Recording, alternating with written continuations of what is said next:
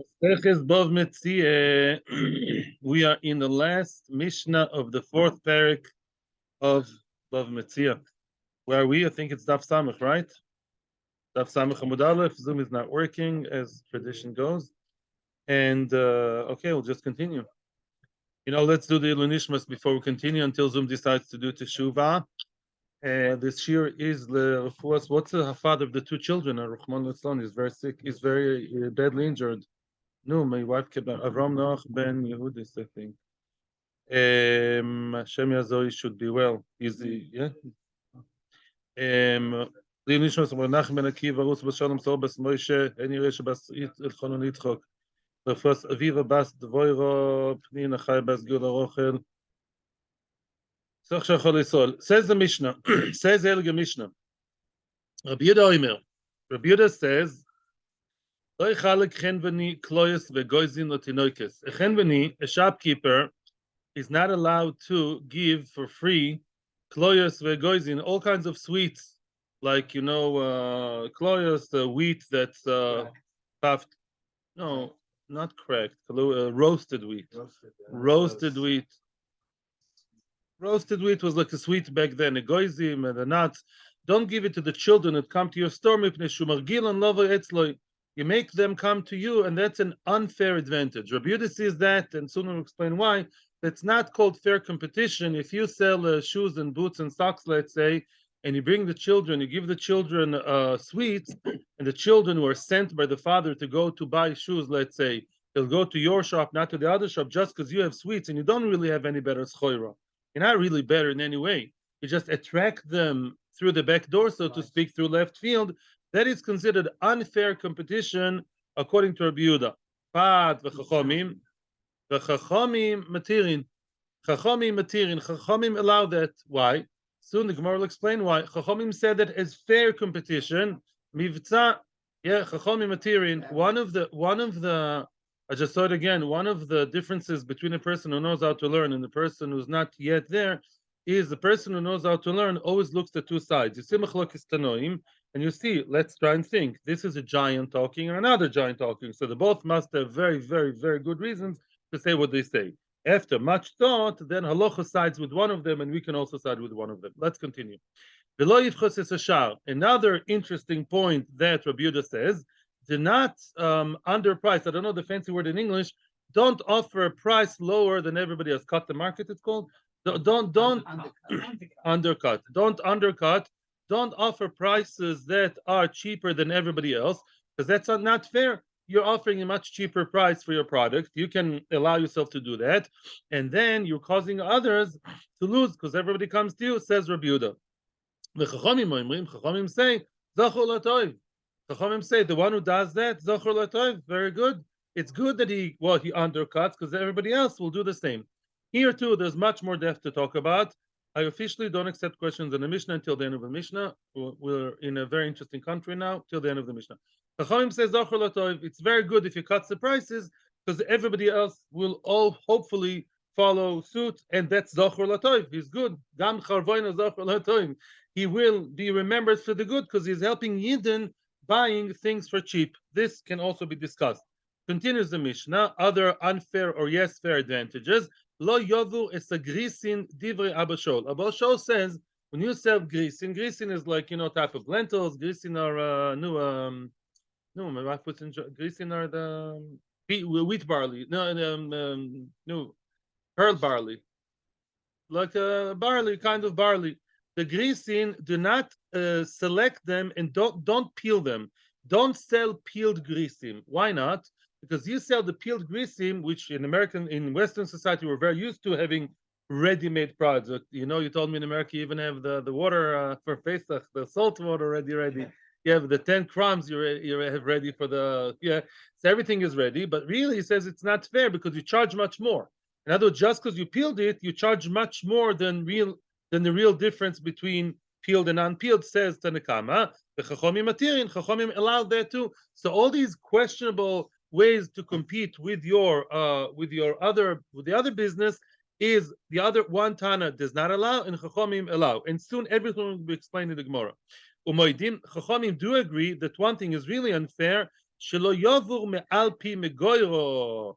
Don't just don't have the upper layer. Yeah, the top layer of the grisim should be all peeled, and the bottom is where the garbage is, the regular ones. That's not nice. Yeah, to have the nicer one on top, and everything else underneath is really lower quality, a regular quality. That you're not allowed to do. Why? She'eno ela kigoyne v'sa'ayin. You're stealing the eye. Like gnevas das, you are basically misleading. You're misleading the eye of the person. He thinks that the entire schoira is very good, and no, it's just a top layer, and everything else underneath is garbagey. And he may mistakenly take everything together or choose from that. It's an unfair presentation. Last but not least, en mefalkisin. You're not allowed to beautify. Don't make things look more beautiful than they are, and we're going to explain how. Let's say you want to sell an Eved Knaini, or a person wants to sell himself as an Eved, yeah, Eved Knaini, let's say, or Behema, you want to sell your Behema, you make it look younger or more beautiful or more vibrant than it really is, or a car. I once bought a car, a second-hand car, and then I saw that some of the cracks that they covered with T-Pex. Yeah, so it all looks white. Yeah, so don't paint with T-Pex or very cheap white paint. The thing that really needs painting. Yeah, below that was from a car dealer. They're all very honest. Yeah, below esa kelim, and don't do that to kelim either. Yeah, you want to sell some kind of kli, don't beautify it in a way that looks nicer than it really is. Quick question time, because I really like you. Yeah, we discussed. Says the Heilige Gemara. Says the Gemara about the guy who is doing a mitzvah of what? He's getting all the kids to come to the store by offering them sweets. According to Abuda, that's wrong. What? Klois vegoizin. Today would be sweets. We're not talking about health over here. Okay. Health is not the issue here. He's offered today. They wouldn't come for Klois vegoizin. You can rest assured. He offers them something full of blue and green, red coloring, food coloring. So now, according to Rabbi Yehuda, why isn't it fair? Mecharusa said a very true thing. The it's fair competition. Halach is not against fair competition, because unless it's not really fair competition. Your product is not really better than the other products. You sell boots and he sells boots. The kids come to your store because you're sort of offering something through left field. We're so brainwashed by Western society, we think that's absolutely fine. It's not clearly so. Yes? It's not clearly okay, says the Heilige Tan Rabbi Yehuda, to do that, because you're really just getting kids. And by the way, I do know that in America once, I don't know if there's a law, there was a law not to target children as your target market for ads. I remember there was a discussion. My American friends told me it's not fair. The kids don't know what's going on in the family budget. The kid is going to drive us crazy to buy that Mattel thing or that Barbie doll. While it's not really nice because the parents he's not the real decision maker in the family. Ideally, in reality, he is. Yeah. So that's the ideal. Also, you're getting kids to the shop, because he has nicer sweets and he doesn't. That's not right. That's what Rabbi Yehuda believes. Now, my tamai do Rabbanon. Why do Rabbanon say it is okay, and halacha is that it's okay? Why do Chochamim say it's okay?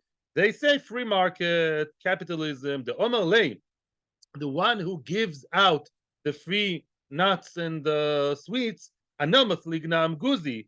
At Polik Shuski, you do the same. I give them nuts, you give them prunes. In other words, you can do the same. What stops you from doing the same? I'm unfair, you're unfair. Now, this is very, very nice. What you call it? Very nice. Lomdis over here. Do we say that that unfair is always bad? Two wrongs don't make right. You're not really offering good products to the market, and you're both doing the unfair thing. Maybe it says that's not fair. But Chachamim say it is fair. As long as nobody's cheating, we both do the same trick. If we both play the same trick, both Reuben, Shimon, Levi, all the shoe markets in town, they all give balloons to the kid who buys and everyone may do that. Everyone has the ability to do that. It's not he's offering gold bars.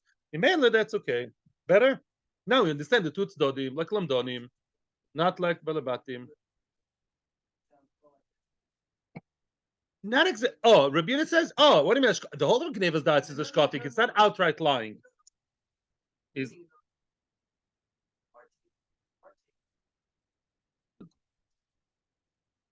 are you allowed to undercut? Are you allowed to actually cut prices and offer prices that are much lower? Rabbi says no. you are, damaging other people, the other sellers. They'll also have to cut the prices. They're going to lose. And Chachamim say, very interesting lotion, Zochel Latov.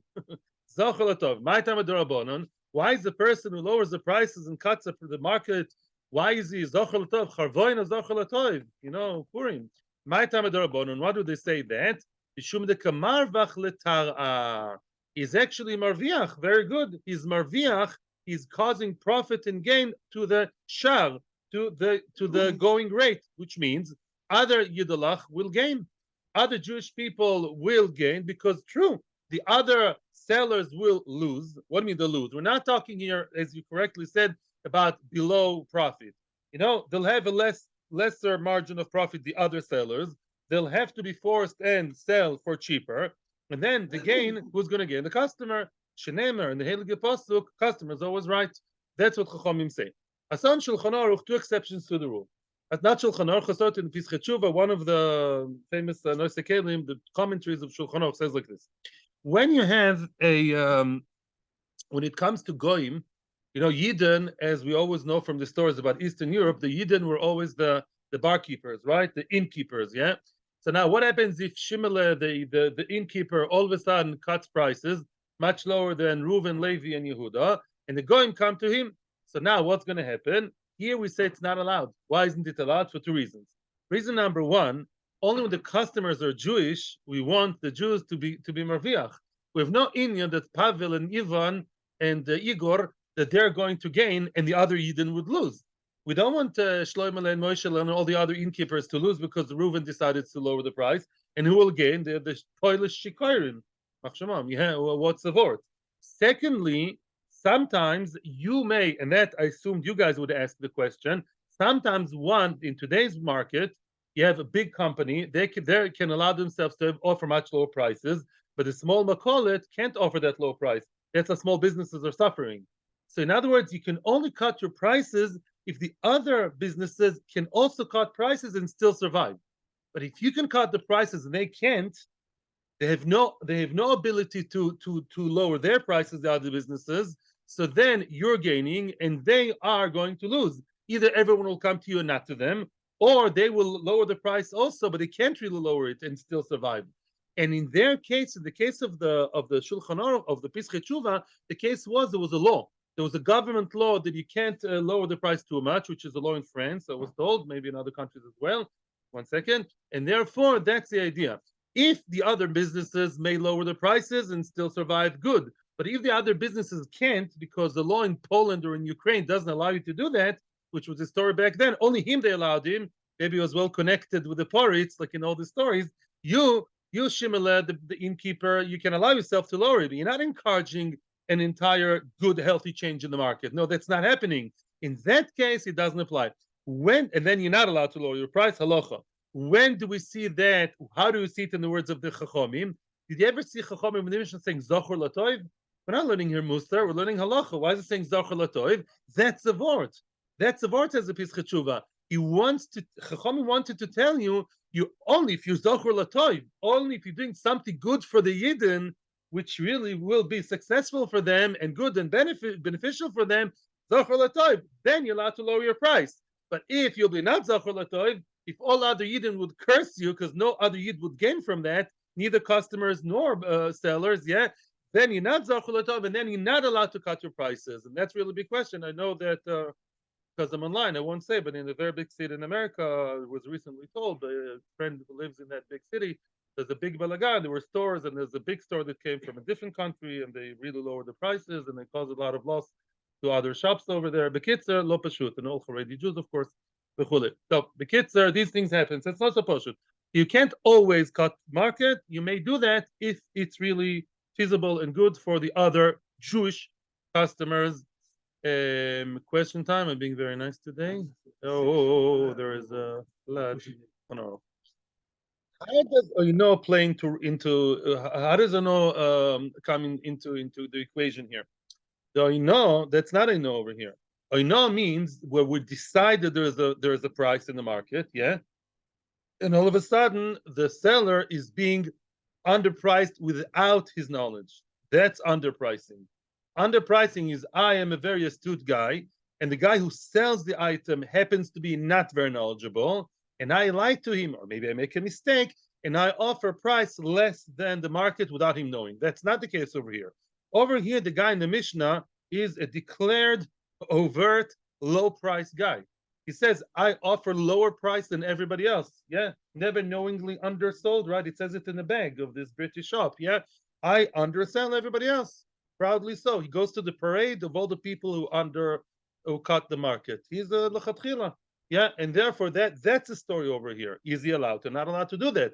The story of is a different story. That's a guy who unknowingly, he claims at least, I didn't know the guy, he's offering me less in the market, and then he's right.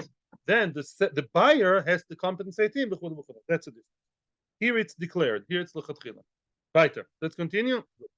Continues the Mishnah, the Gemara to explain the Mishnah, Samech Amud Beis. V'lo yovu es agrisin divra Abashol. Yeah, Abashol says, don't spoil your customers and offer them grisin, those lentils or whatever, or those barley pieces, that grains that are already peeled, because really people, and that's what happens today, they really charge much, much more for the peeled grisim than the grisim, more than the work they did. Yeah. In other words, logically, let's say it would be 2 shekel difference between peeled and non-peeled. They offer, they ask for 4 or 5 shekels more for the peeled. Says Abashol, that's wrong. The Chachamim matirin, Chachamim allow that. Man Chachamim, who are the Chachamim that allow it? What's the name of the Tana? Rabbi Acha, it's Rabbi Acha. The Tana, Rabbi Acha matir bedover hanireh. Oh, what's dover hanireh? If this is something visible, if a person, a good seasoned balaboste, she goes to buy her grisim, yeah, and now it's something she can see very well. She knows how long it takes, what's the effort of peeling the grisim. So she looks and she says, wait a second, these grisim are peeled, okay, these are not peeled, I know what that means very well. Davar anir, it's visible, it's nothing behind the scenes, and she can make the cheshbon. Is it fair for me? Is it kidai? Is it profitable for me to pay 4 shekels more? If she's a rich woman, should say yes. Poor woman says no, but it's all in the open. Yeah, and people may decide for themselves, and that's why Rabbi Acha, which is Chachamim, says it's okay. Bashal says still it's not. Chachamim say as long as you can see the unfairness. Says Rashi's moichel. I don't know, Rashi says that, or whatever. Lamaisa, it's like mechila. In other words, she decides or he decides we're okay with that crazy price for that little bit. For me, it's worth it or not worth it to buy the peeled one and not peel it at home. Yeah, like rice today. I think a lot of people, my wife included, we buy what? The vacuum rice. Yeah, we don't tend to spend money, but the vacuum rice, my wife doesn't have to sit there for an hour over every bag of rice. We buy the rice that's already ready made, and bodek and all these things. Yeah, we tend to buy them because we say for us it's worth it. It's a person's decision. It's a customer's decision, and that's why it's okay. Lefi chachomim. En mefarkes in lo yasa odom v'chula v'lo yasa kelim. Oh, what aren't you allowed to do? Not allowed to. Sometimes, as we saw in the Mishnah, you can't beautify in a way that is deceitful the schoira that you sell. Ton rabbanon. And misharbetin es behema. One is not allowed to be misharbet a behema. Everybody knows what's misharbet, right? But in case you don't know what's misharbetin, it's very surprising. What? No. Misharbetin is a yes and no. Misharbetin will be explained in the Gemara soon, 2 different ways what misharbetin means. Next time you sell a behema, a horse, a cow, yeah, you sell every day, don't be misharbet the behema. The sharbet in modern Hebrew means to scribble. Yeah, misharbetin is a behema, that's what it means over here. Yeah, the sharbet mashu, to scribble, sort of scribble. Yeah, to sharbet mashu, to scribble, or to not scribble completely, to make like a sketch or a Shabbat is to make a very primitive kind of something like that. Yeah, Shabbat is like a shkesh, whatever.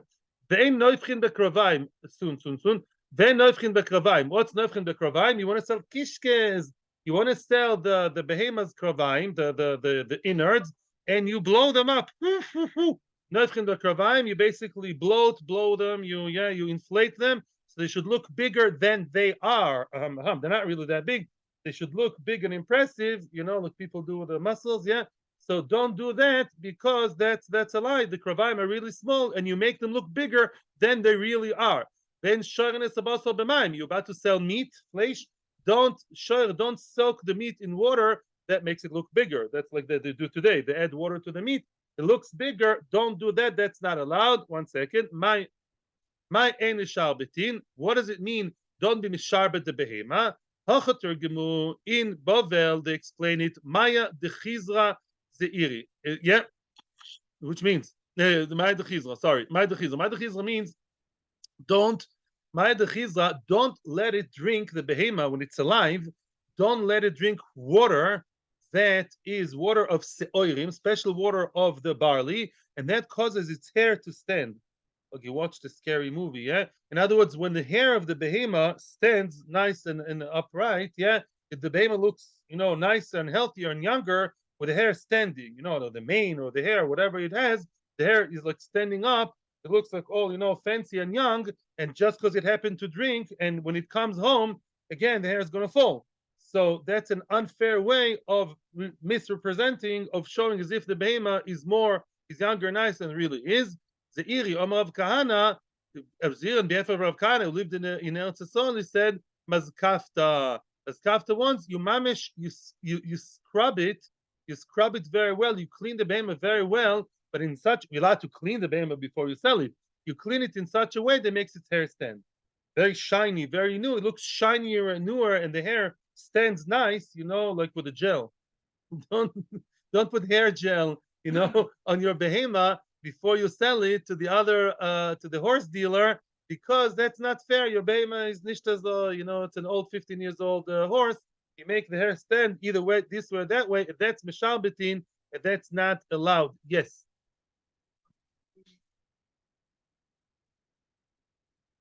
Many, many, many times. Question: when do we attribute chacham to Asiyachid? Many, many times. Comes to mind the Gemara beginning of Kira. Many times chachamim is Asiyachid. That's very common. A lot of times.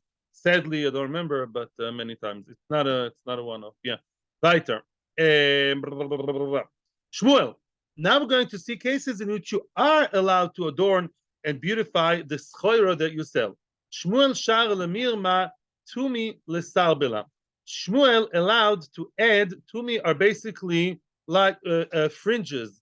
Let's say I have a sarbal to sell. Sarbal, we see many times in the Gemara, is like an overall. Sarbal is like a sweater. In modern Hebrew, sarbal is an overall. It's like people wear in garages, yeah? Sarbal is something like a coat or a sweater, something heavy. You're allowed to add to that all kinds of fringes, or you're allowed to add samich Amud beis in the middle of about the 10th line or so. You're allowed to add those like ribbons or fringes to make it look nicer.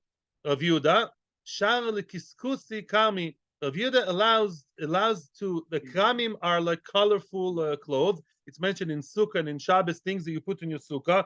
Karmi are like nice fabrics. You're allowed to be mekaskes, to rub them in nicely with the water of the bran water, meisubin, to make them look nicer. Yes, so you are allowed to beautify certain things. Question is, when are you, when aren't you? We're going to discuss it. Rabba allowed lemeidak tzradi. You take the tzradi, which are canvas, big the canvas are some kind of gaudy made out of canvas, like old clothes. The Gemara is going to say you're allowed to make them look thinner. You're allowed to do something like that, to stick them like that, mehadek, to staple them in a way that makes them look thinner and more elegant. Which is the question why?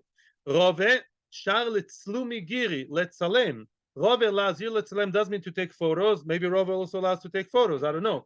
Rove allows you to adorn and paint your giri. What's giri? Giri are arrows. Yeah, many times. Yeah, Rove, if you sell arrows, right? You're going to sell arrows today. So when you sell your arrows, you're allowed to paint your arrows with Aztec symbols. Yeah, you're allowed to, whatever, you're allowed to actually adorn it by painting and drawing pictures on your giri, on your arrows when you sell them. Rapapa bar Shmuel shar letzlumi dikuli. Rapapa, son of Shmuel, he allows you to make pictures, all kinds of adornments, all kinds of beautification and pictures and painting on your dikuli, on your baskets. You sell baskets, you're allowed to adorn them. Oh, the question is, when is it a yes, when is it a no? Frag the Gemara v'anan tnan, we saw in our very own Mishnah, ein mefarkes in lo yisa odom v'lo yisa beima v'lo yisa kelim. You're not allowed to adorn, you're not allowed to beautify a person who sells himself as a worker. not an animal and not your vessel. So how come that's allowed? And even we saw to start playing all these games with the behemoth to make the hair look stand and make it look young and pretty is not allowed. Why am I allowed to make the giri prettier? Why is that? And says that's not difficult. Depends if they're new or old, which means if the item is new, yeah, let's say the item is what? Is an arrow. You have a new arrow, new arrow, second hand, but I bought it 2 days ago in eBay. Do they sell arrows in eBay? I don't know, never tried. But you bought your arrows in AliExpress, and then what? And you don't really like them. You want to sell them on, but since people in RBS, I don't know why, are not so much into buying the arrows, you make the arrow look nice. You beautify it. It's really nicer. It's a new arrow, right? It's nicer. A person may make his own cheshbon. Do I want an arrow with kishkushim on it, with all kinds of pictures? Yes or no? It looks nicer. Same goes for the sal. For everything else, masha'enken, or you have a garment, and the garment has what? Added fringes. Do you like the fringes more? You pay more. That's very fair. Masha'enken hoba oh, you have an old animal, old and cranky, and that old animal, you make it look younger and newer, that's not allowed. To make the item look newer and fresher than it really is, that's not allowed. But to take the new item and just make it look nicer, why not? People may want to pay more for an adorned, nicer, beautified, embellished item. Lamalo, very good, that's fair competition. But to make the old one look as if it's new, that's not allowed. Weiter. Now, Frag the Gemara, we're about to finish the fourth perek. Aren't you excited? You're excited because we're going to start the fifth one, Be'ezras Hashem. Very easy perek. Hilkus de odomaihi. How do you beautify a person in a way that is illegal? Yeah, what does that mean? That a person wants to sell himself or his friend as an eved knaini, yeah, as a worker, and you mefarkis. Mefarkis means to look, make look more beautiful. The Gemara in the end of the story of Shimon Bar Yochai, Lag Bomer, yeah, he says, why do Chachomim argue with each other? It says even the prostitutes, they make each other look nicer. They hate each other, but each one makes the other one look beautiful because they want the profession to be mechubad, them, yeah? So Talmid Chachomim definitely should be mefargen and make each other hashkafically more beautiful. That's what Rabbi Shimon Bar Yochai said. But that's mefarkesin. Yeah, that's an interesting comparison. Interesting comparison. Yeah. Also comparison in Psachim it says that Talmid Chachomim hate each other and Zoynes hate each other. And here we say they beautify the other one just for the sake of good name. Bolshek and Talmid Chachomim should fargen to each other. That's the Gemara in Shabbos. Bekitzer, that's the word mefarkesin. So what's wrong with making yourself look nicer? In Shidduchim, I don't know what's wrong. Let's see. Story time. Dahu Avda Saba. There was an old Eved. Now Rashi says it was an Eved Knaini. Why? Because we're talking in the times of the Talmud. Eved Ivri was already not legal, not because of Abraham Lincoln, but because once we don't have Yovel, which we don't, you can't have Eved Ivri. Because Eved Ivri has to have not sell by dead, has to have a deadline. That's Yovel. No Yovel, no Eved Ivri. Today you can't be an Eved Ivri even if you want to very much. So, or a Bezin wanted to be an Eved Ivri. So that's an Eved Knaini. An Eved Knaini who is really halachically Jewish. He's as Jewish as a woman. A person wanted to sell himself as an Eved Knaini, but he was old. He was over 50. Hard for him to find a job. What did he do? The Ozal, he went Sav he died. You're not allowed to say colored. He dyed his hair and his beard. Yeah. Okay, he went to the beautician, and he dyed his hair and his beard black. He was white, he dyed them black or red, whatever. Okay, so now he looks younger than he really is. Is that nice? No, not nice. It's halachically also because you present yourself as if you are, 40, where really you're 50. Okay, now back then, just you should be aware that the hair dye was not as advanced as it is today. He dyed it in a way that can eventually, wear off, and soon we'll see what happens. Also, look, yeah, it doesn't work for us men, anyways. Men are not allowed to dye their hair, anyways. It rained, yeah. Wait. Also, look, Rove. He came in front of Rove. Omer le Zibran. He asked Rove, "No, buy me. I'm a good guy." He showed him his CV. He sent him a WhatsApp with his CV resume. buy me. I'm experienced, 10 years in Microsoft, buy me as an Eved. Omer Lei. So Rava responded in the Mishnah in Avos. You anim bnei beischo. Just learned it with my son.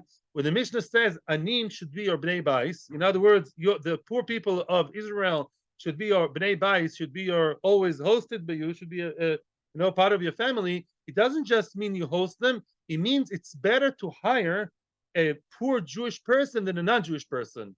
That's what Rava says over here. You never knaini, no racism over here, but I prefer people of my own, mamish Jewish people, Jewish mamish. I want to hire Jewish people who are poor, and hire them to clean my house, to be my ozeres. I prefer that over a person who's not mamish Jewish, and that's what he said. I don't know halacha l'maisa, but that's what it says in Rambam Shulchan Aruch. I'm not saying you shouldn't employ, but that's what it says over here. Okay, so he was refused by Rava.com.